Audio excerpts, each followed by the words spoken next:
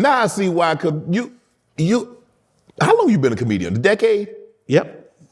12 years. And you got comedy beefs all over the place. You and Carl Holcomb going back and forth. They got a disagreement.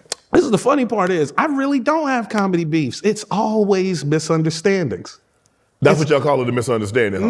No, that's what you call it. No, the funny part is we're so like connected in the comedy world, man. We all are like brothers and sisters, man, for the most part. And then, so the Corey thing, me and Corey shared a mutual friend. Okay. And our mutual friend, he was dissatisfied how he was being treated. He felt like he was being treated on the road. Because one thing about young comics, they're hungry. Yes. They want opportunity. Yes. So he's on the road. Corey's on the road. He's going out there, but Corey says he's not ready. Oh, okay. So and I understand this is just some big brother type shit. So for Corey, it's like, you're not ready. I'm protecting you from yourself. Because failure can ruin your self-esteem and ruin everything. And people remember your bad performances. They don't necessarily remember your good ones. Okay. They always remember. So I understood the concept, but he came to me and he was disappointed. And I was like, yo, I'll take you on the road. So I took him on the road. And it was clear he didn't have like road etiquette. So we would be out like you got a team. Everybody on the team represents you. Correct. That is correct. If they do anything, it's me.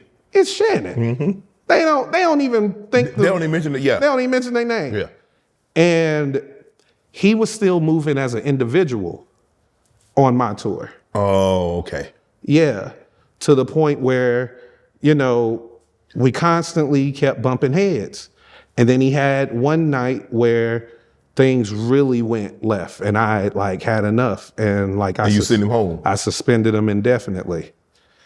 And see, you could have just listened to Corey and then everything would have been okay. But the thing was, Corey is still like a big brother to him. So I believe, and I never got to know if this is real or not because me and Corey didn't talk. We squashed it or whatever, but we ain't really talked. But I could tell by the podcast that he was telling Corey. So I'll give you an example. So after I suspended him, I was going to take women comics out on the road because I felt like they were lacking opportunity.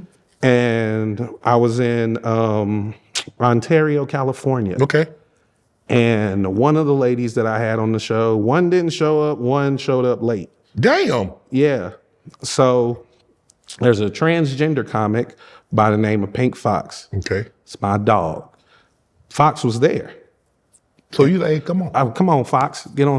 Thank you. Save me. I got a host. Okay. And he was there. He was like, Dad, you ain't asked me to go up or whatever. He was like, yo, my mom here, my sister here, like whatever. And I'm like, them being here doesn't leverage anything. Correct. Because you got to learn from your mistakes. You still suspended. Right. And then I was preparing for my special, so I was doing all these shows in the House of Blues around the country, and I did House of Blues in Houston. And then he showed up in Houston, and he was wanting to go up, and I didn't let him go up. No, you suspended. You suspended. If you suspended, you don't get to come to work. So he kept telling Corey about the times he's coming out and I'm not letting him up and who I'm letting up instead of him. But did he ever tell Corey that you had suspended him? I have no idea. Oh. So I'm watching and it looks like Corey is like trying to defend him, but also is like talking crazy about me. And I'm like, that's cool. He's sitting right there. He'll clear it up. And he sat there week after week after week and did not deny anything Corey said, even though he knew it was all lies. Heartbroken, dog. That hurt me. That hurt me for real. It was, so when everybody was watching, it like, oh, they beefing. I ain't care nothing about what Corey was talking about. And I'm like, bro, you my brother. You know he lying. You know the things he's saying is not true. You know what happened between So in other words, us. they're making it seem like you gatekeeping, like you trying to prevent him from getting on stage, from shining. Like I'm doing him wrong. And I'm like, bro. And then Corey, you know, go to his Ryan's gay, and he's like, yeah, he rolled with the transgender comedian or whatever they probably dealing with. That's the go-to. And I was like, you know, the funny part is, out of that whole scenario, the only person who didn't switch up on me was the trans. How ironic is that? The only person who didn't switch sides on me. So it was so. So have you had a conversation with Corey? We squashed it long ago. He called. It was a three-way call between us, and it ended up getting squashed. And then they ended up falling out. But did he ever tell Corey, I was moving in a way that wasn't beneficial for this man? Because when we're on the road, if I'm headlining the tour, and if he's headlining the tour, and he brought me along, anything that goes sideways is on him. And I was moving,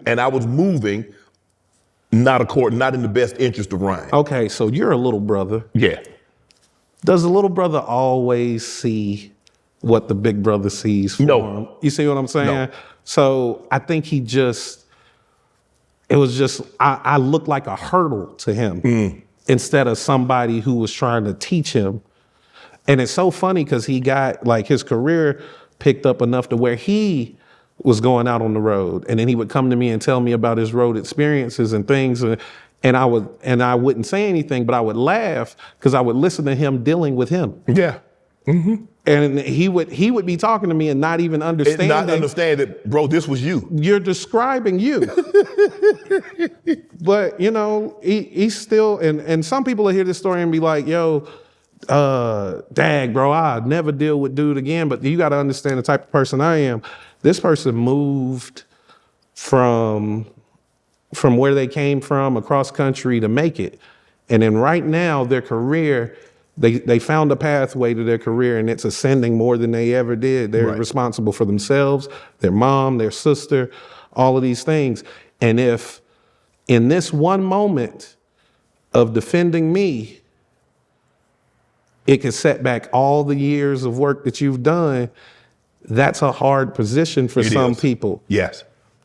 And some people go, well, that's not really loyal. You don't know how you will respond in these situations. I don't know the type of pressure he was dealing with sitting there. It could have been killing him not saying nothing. Right. You know, he had to go live with that and sit with that or whatever. Yes. It affected our relationship. It affects it to this day, but that's always going to be my brother. Right. You know, and, you know, I try not to, you know, as people grow, I try to be like, hey, okay, he'll, you know, one day we'll have a conversation later whenever he's in a certain, because I think you just have to get in certain shoes. You know, you've been everything. You were the rookie, you were the veteran, you did the big contract, and you did the, you know, now you're the guy with the expectations. When you're in the Ravens, this is our primary target on the offense. You know. And if the Ravens you was talking to rookie y'all ain't even. No, we two different people. You're two different people. Right. So you know, part of me being older is understanding that he had some growing to do, and whenever he grows to a certain point, we'll revisit that conversation, and he'll be able to accept it better. Want to join Club Shay Shay? Become an official member by hitting that subscribe button, where you never know who's going to be joining us for drinks and conversation. Don't be late to the party, because you know we like to do something before two something.